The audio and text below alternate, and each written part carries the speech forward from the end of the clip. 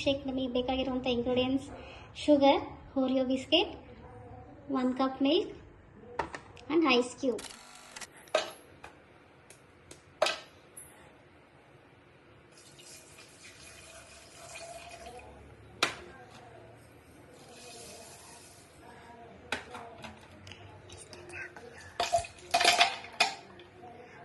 ನೋಡಿ ರೆಡಿಯಾಗಿದೆ milk shake. ನಿಮಗೆ ಬಿಸ್ಕೆಟು 1 ಕಪ್ಪಿಗೆ ಒಂದು 5 ಬಿಸ್ಕೆಟ್ ಆ್ಯಡ್ ಮಾಡಿ.